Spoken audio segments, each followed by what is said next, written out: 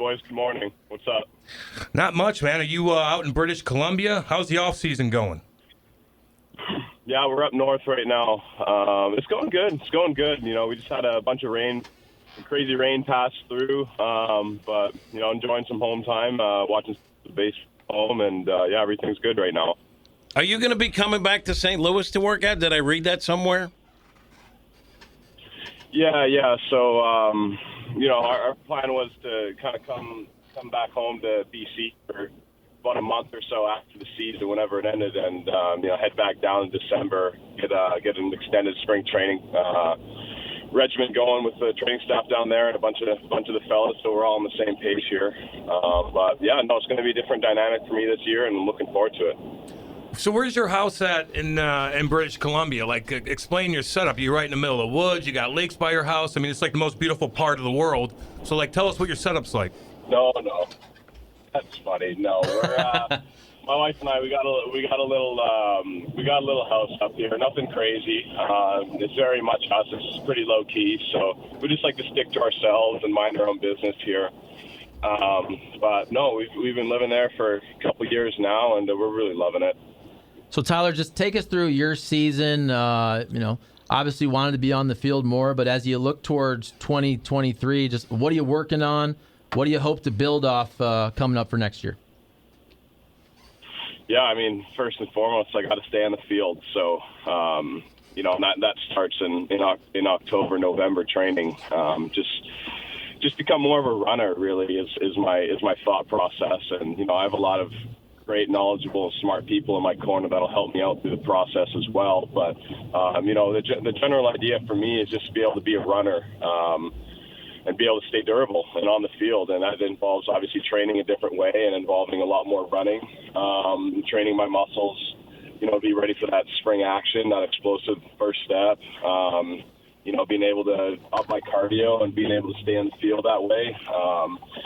Just increasing the work capacity stuff is my main goal here. So obviously I'm going to incorporate all of that on top of things that I do well already with the weightlifting stuff, and just continue with my mobility routines and everything that I do there, my due diligence there. Just take it all in stride, take it as it comes. I have confidence in my plan, and adjustments are good. They're healthy, and I'm looking forward to all the excitement. For the record, like when you were a minor leaguer, you were always a big guy, right? So that's nothing new. You were always a guy who, was involved with weights and had an impressive physique, and they always said to you, well, you can't stay on the field. But through your minor leagues, right, you didn't have any injuries or anything like that, correct? Yeah, right. No, like for the most part, I was playing 130-plus games in a 140-game season. So, durability wasn't much of a factor for me. But, as things happen, time goes on, you got to make those adjustments and be able to adapt to your environment. So, obviously, I only played 96 or so games last year. So, key goal for me is to stay on the field. Just let my ability work from there. I have obviously confidence in myself that I'm going to perform. So it's just a matter of staying on the field and letting that work. So, part of it, too, you got hit by a pitch last year. There were some things that really didn't have a lot to do with durability. Could happen to anyone. But in terms, like, when we've talked about it during the season at various times on pregame show interviews or postgame, whatever, you talked about changing recovery. You just mentioned doing more running. How can you set up a program to try to be more durable? What does that involve besides running? Yeah, I mean, obviously, I want to stick to what I do well in the weight room as well. That involves sticking with my heavier weights. Now, I'm not going crazy like I used to in the past, but I definitely incorporate, my bench presses and my squatting, and obviously at a modified weight now, but still make sure that I get my strength exercise in there. But, just now it's like really just being able to key in on focusing on my activations, my muscle activations, getting my shoulders worked on the right way before I get under the bench press, warming up my legs the right way before I start running, just doing a couple different durability things that are really going to, that I've felt have worked for me in the past, and that I need to continue to increase the rate of my incorporation there. Tyler, early on in the season this year for you, was the arbitration process awkward? And we know usually that happens before the season, spring training, and this year with the lockout, it obviously has to happen during the season. And it's one of those things, it's always awkward between a player and a club. When you were going through that, is that something where even if you try to not let it affect you on the field, is it always kind of creeping in? Yeah, well, so, I mean, last year was my first experience with arbitration.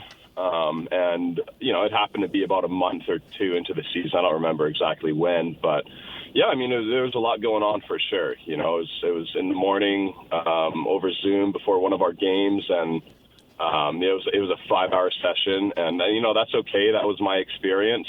But obviously things happened like the lockout for that to be pushed into the season, which is unforeseeable circumstances. So that's okay. But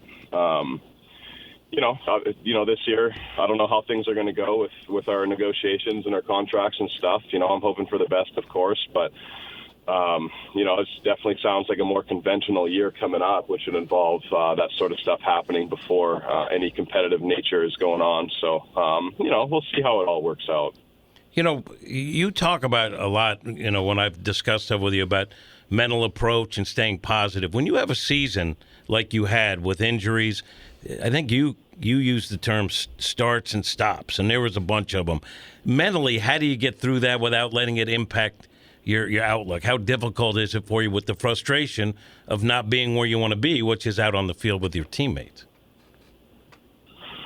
Yeah, no doubt. I mean, it's tough for sure.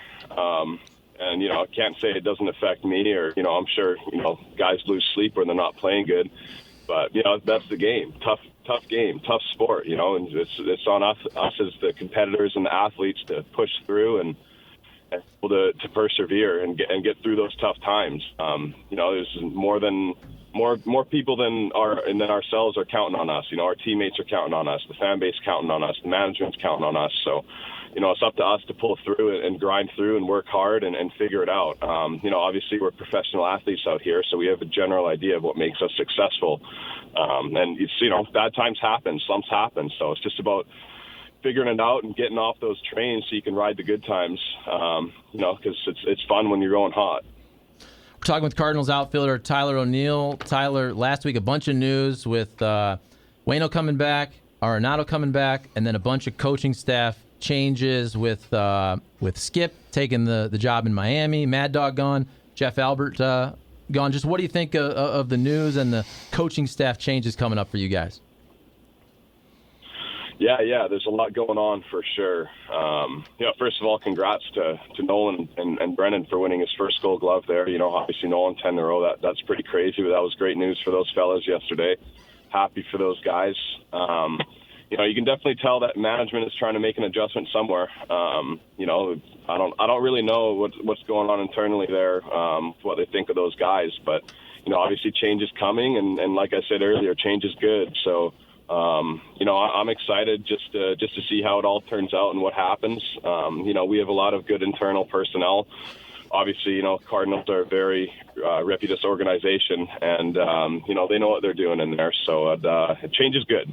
I'm looking forward to it. One of the great things about this season, aside from the way it ended, was obviously the goodbye tour for Albert and Yadi and what Yadi and Waino did. But watching Albert Pujols, especially in the second half, I mean, I don't think anyone saw that coming. Maybe Albert did. I don't think he could have imagined that the second half would go the way he did. But I always enjoy asking players about what they took away by watching what Albert did to prepare. You always see him with the tablet in the dugout looking at, video. What was your takeaway watching what Albert did in the second half? Yeah, I mean, well, we all know Albert, and I mean, that guy's going to be a shoo-in Hall of Famer in my opinion. But, he figured it out. Yeah, he figured out, he figured his stuff out. He was on time. He wasn't missing his pitches. He obviously is a very hard worker and trusts his preparation, knows himself better than anyone. It was really fun to watch that guy really just go. I remember standing on the on-deck circle for a home run he hit in Chicago that was up at his eyes, and that's just on a different level. And obviously, as reputable as he is, he can get hotter than anyone. So it was truly incredible to watch. Yeah, when he was hitting, man, Busch Stadium was so loud. Hey, are you watching the World Series? Are you in the off season like, you know what, baseball every single day? I'm sick of it, and I'm gonna watch other things. Yeah, maybe I'll take a couple days off or a week off or so, but I'm definitely watching this World Series. It's a crazy one. Yeah, bombs galore. It's fun to watch, man. As long as it doesn't get rained out, Jimmy? Yeah, I mean, when there's not baseball on, I don't like it. I like when there's baseball. Before we let you go, there's something else I want to ask you about, because I think when hopefully you're on the field an awful lot. I think people know the power is going to be there. I think you're a disciplined hitter, but I've watched you kind of expand what you can do on the bases, and everyone knows about your raw speed, which is unique for a guy of your physical stature to be that fast. But you stole 14 bases last year and not a ton of playing time. Is that something that you plan on incorporating more? Because you don't usually see a guy who can get you 30 homers and 30 stolen bases. Well, that's my secret weapon, Jim. Spilling the beans to everyone now. Come on, Jim. Come on, Jim. Gee. No, I mean, it's, of course I'm trying to be better, in every aspect of the game. And, I was definitely noticing a lot more walks, especially later in the year for me. So, I'm just trying to get in scoring position for the guys behind me. I know that I have an asset in my legs, and it's just about being able to use them, and again, being able to stay in the field to use them. So, I know the adjustments that I need to make for that to happen, and I should be stealing a couple bags here and there. So, when the spots come up, maybe I'll take them. I want 30 stolen bases. Yeah. I want a 30-30 guy. All right. Well, I'll work on it then. Hey, Tyler, there was some talk last night that Lance McCullers may have been tipping his pitches. Like, inside the dugout, can you sort of go through when guys are sort of seeing something on the mound that an opposing pitcher's doing and maybe trying to keep it low-key, like, don't let him know, but let's tee off on this dude? Yeah, right. I mean, obviously I couldn't tell on TV or anything, and that's a skill set in its own is being able to tell if pitchers are tipping or not. Certain guys are able to do it. I don't know if they had anything on them or what that was all going on. It certainly looked like it, but you never really know. But I don't know. I mean, it definitely looked like it, didn't it? Yeah. No question about it. Well, Tyler, we hope you're well. We hope we see a lot of you this year. And we appreciate you spending a few minutes with us and enjoy the offseason. And answering what are some pretty awful questions, but you're used to that, Tyler, from us anyway. Well, I appreciate it, guys. Thanks for the phone call, and thanks for the time this morning. Right on, buddy. See you, Tyler. See you, Awesome. Tyler. Thank you, sir. It's good Tyler stuff. O'Neill right there.